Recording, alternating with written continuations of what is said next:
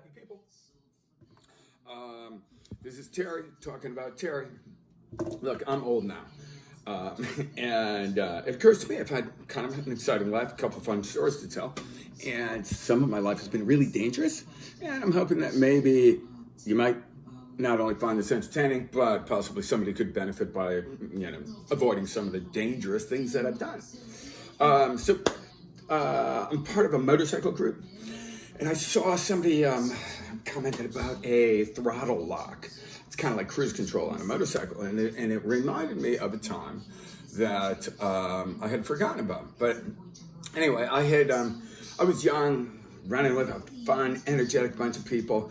Us high energy people tend to, migrate together. And there was a whole crew of really fun, and this was mountain bike and snowboard and surf and stuff like that. But there are some real perils to being a high energy person. Case in point, I'll tell the story. So I was in a sort of, a little discomforted position. We all know what that feels like, I'm not happy and I don't know why.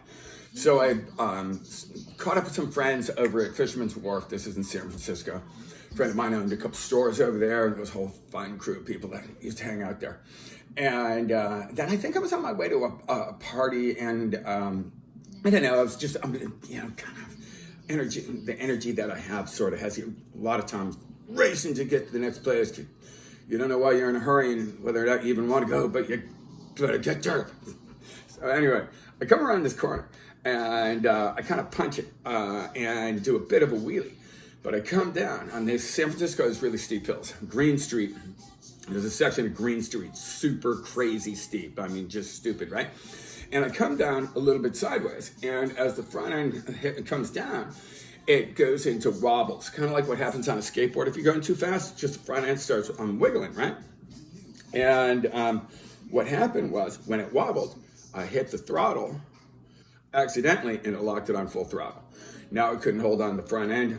Freaking bike is taking off super fast. And the last thing I remember is the lights just looked like a blur. It was nighttime. I still have that image, whatever. Anyway, I wake up and I'm being strapped to a bodyboard, and then I wake up again at the hospital, and I remember thinking, I need to get out of here. Just freaking kind of like everything else. I got to go. I can't afford to be hanging out here, right? So I recite in my head, what am I going to do? Because I got to make these guys think that I'm, of adequate, sound mind to be able to get out of there, right? I was just nervous, knew something was wrong, didn't want to be there. So I rehearse in my head, and the doctor's there, and I sit up and I say, is there anything I might do to expedite my departure? And the guy looks at me like, we can't legally keep you here. I'm like, perfect, see you. Now they had cut all my clothes off me, and I didn't realize that. And I saw my jacket. They did not cut that off of me. So I threw on my jacket and started heading toward the door. The guy says, kind of, nods and points down, and turns out I wasn't wearing any pants.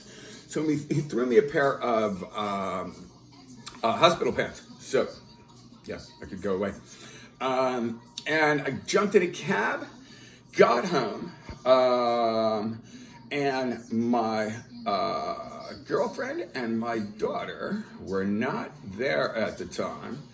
The place was locked up. Oh, yeah, the keys were in the motorcycle. So I didn't have any keys to get into place.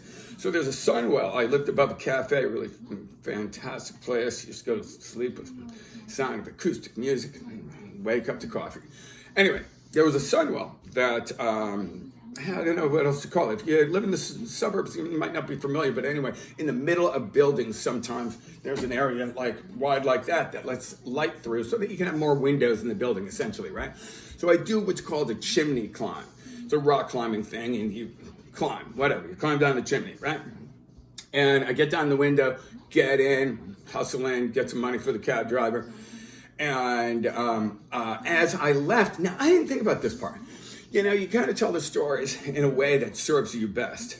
And only later in life, do I think to myself, the real reason why this motorcycle accident happened was not only was I in a little, dealing with my freaking overly energetic condition, but, well, part of that energetic condition is sometimes the intelligent, simple things that you need to do, like put flipping air in the tire, is just too much for you to flipping handle. Whatever, I can't explain it, just is. Well, everybody's got their issues. That was, part of mine. So, anyway, pay the cab, and as I was leaving, they had given me my clothes in a bag, and it was a big yellow bag, and it said toxic waste on it. Well, I went to sleep, and I had smashed my face really bad and the rest of my body. So, unfortunately, I left a lot of blood all over the sheets and crap like that, right? So the next day, I'm like, well, freaking gotta move on. Can't waste too much time sitting around thinking. Would have been a good idea to think. But anyway, so I get back. Let me think. I call the police. They're like, well, it's probably still there. I go back there. Sure enough, it's there. And when I get there, there's this sort of animated, really fantastic character, black homosexual guy, right? And he's like, oh my God, are you the guy? I'm like, motorcycle accident? I'm like, yeah. My face give it away because really freaking road rash, right? So anyway, he starts telling the funny stories. He was coming back from the theater. No, he wasn't coming back from the theater. He saw this happen, and then I guess there was another car that was going to, potentially run me over, and he ran out, stopped, describes this in great detail, and told a bit of an interesting story. There was somebody coming back from the theater, a gorgeous woman dressed in a gown and that kind of thing. Anyway, so logically, to me, I thought, well, if you potentially saved me, I owe you a beer. So we went to a place called the Final, and proceeded to get drunk. I don't know if you want to call it that, but yeah, let's freaking keep this party going because I'm living on the edge. That's the way we're supposed to be living because that's the way dumb boys grow up. Or energetic, whatever you want to call it. I don't want to beat myself up over it. It's just a story, right? Now, unbeknownst to me, my girlfriend and my daughter come back from wherever they were, and they find a flipping bag full of torn up clothes, blood all over the place, right? Oh, right. And this was before cell phones, or maybe, I don't know, one way or another, she couldn't get in touch with me. Now, I was really upset because I was fairly sure that she was trying to make me look bad, like calling all my friends. I feel bad about that. Sorry, really, I'm sorry. But I was really, again, I was MIA, freaking blood all over the place. You cause people concerns, It's not your intention, but you do. Try to avoid it, right?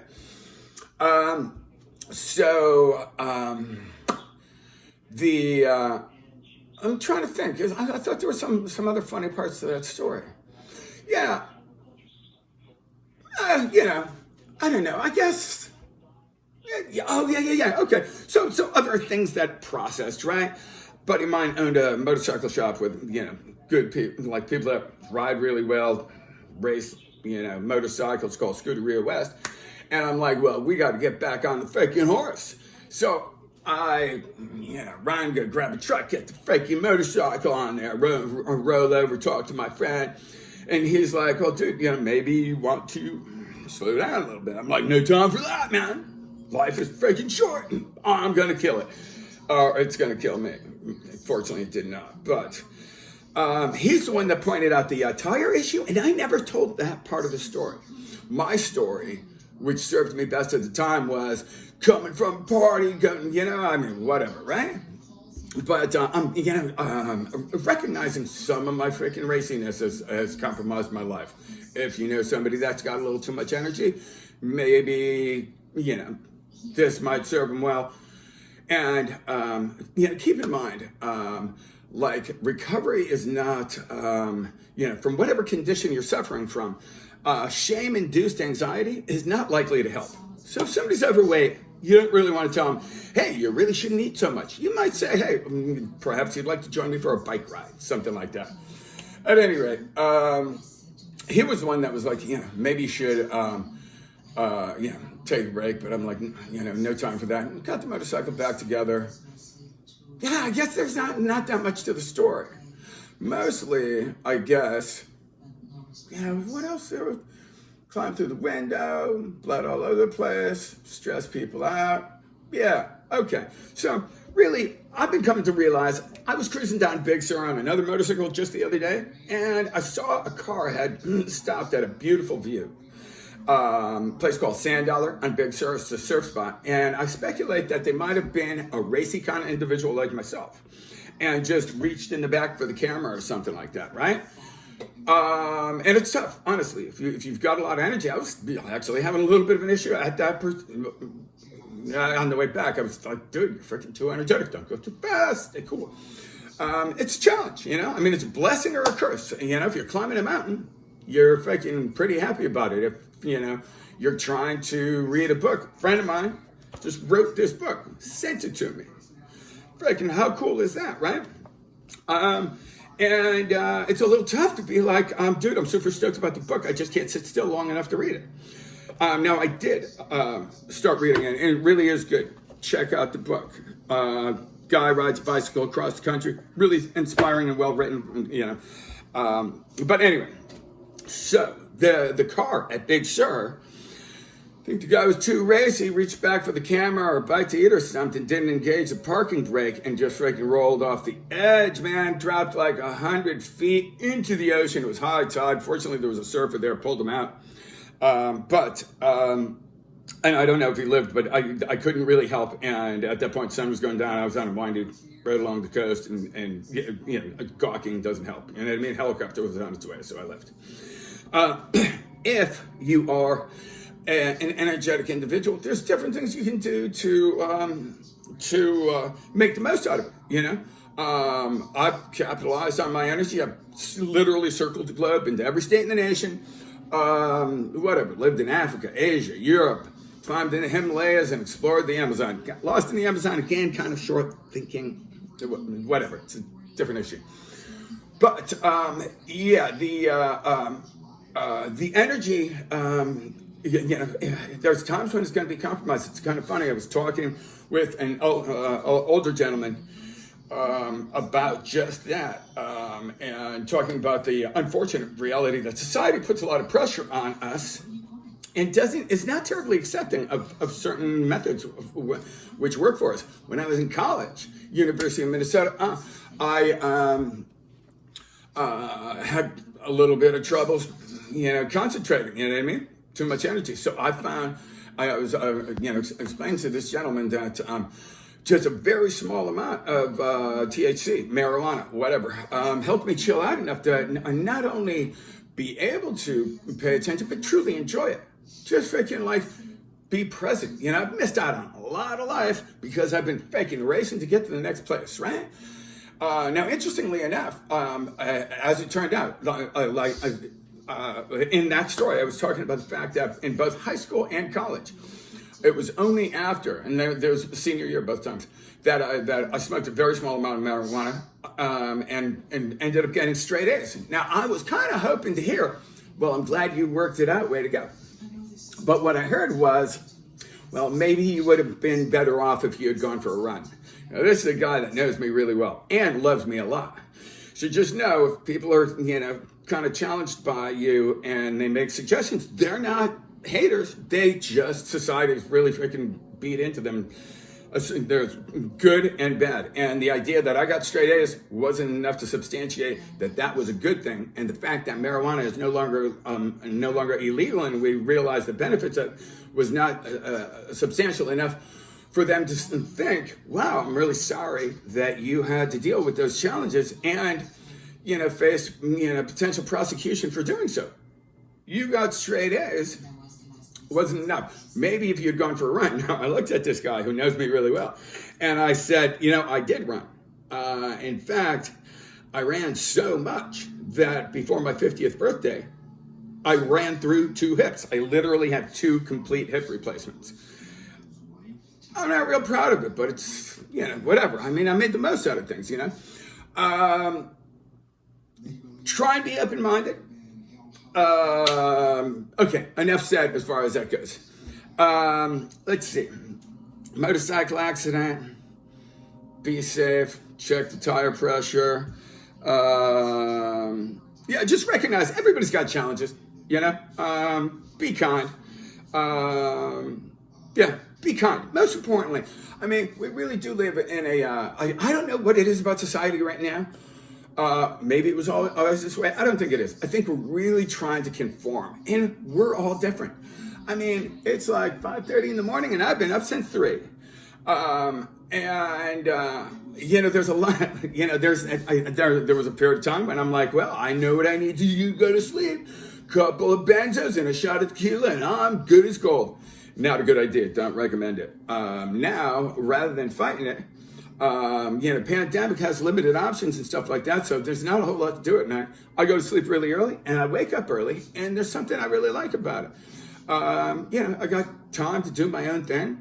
Now, ironically, total opposite, my girlfriend stays up until 3. I get up, she goes to sleep. Not that we don't get along. We have a fantastic relationship, but we just have a different schedule. I feel a little bad because I actually used to, you know, with sincere good intent, be like, you know, babe, get to bed.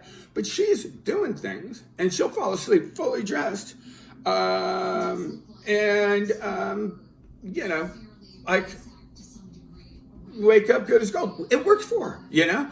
So unintentionally, I was putting pressure on her, like there's something wrong with you. There's nothing wrong with her. She's smart enough to be like, no, this works for me. She's got a lot going on. She's productive and has a chance to chill out. I wake up, different hour, is what it is, right? Anyway, yeah, I guess that's it. Short story, which is probably a good thing. Be kind. We're all different. And if you're really concerned about somebody, rather than telling them, you know, don't induce anxiety. Don't shame. We do a lot of shaming unintentionally. You know, different people have different ways of living. Some people go to church and find a peaceful space there, which is great. If that works for you, it's fantastic. Other people go to the bar.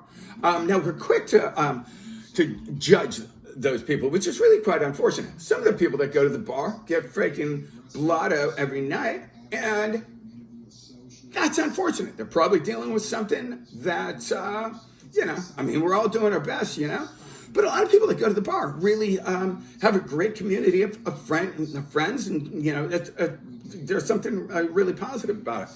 So try to be open-minded, recognize we're all different, and, you know, if you really are concerned about somebody, be careful not to shame them and increase their anxiety, because that's probably why they're reaching for a donut. Find comfort in different ways. This country has an obesity epidemic right now. Literally, it's an epidemic. Not everybody's body type's the same. So if you are of a bigger body type, do not let anybody feel like there's anything wrong with you. If you do feel like, you know, you're possibly reaching for a donut just out of, you know, limited options, maybe explore different options, you know. And make it easier. Also, as far as like exercise and what have you, if you make it too difficult, I'm just an anxious guy, right? So I overdo everything. And I have the good fortune of my girlfriend picks the little yoga routine we do in the morning, and it's short and it's easy, and I keep doing it. Left up to me, I either don't do it at all or I completely overdo it. That's an overdo it kind of guy. Not all good, not all bad, just is what it is. Oh, the other thing, check this out, right? There was a protest in Taiwan the other day. And, you know, it's kind of crazy because I've traveled quite a bit. In other countries, you're like, you know, I don't know, but when I get home, it's all good, right? This protest in Taiwan was protesting contaminated meat. Contaminated meat was grown in the USA. We are a very money-oriented country. It's progress. If it's making money for us, we can overlook things quite a bit, you know?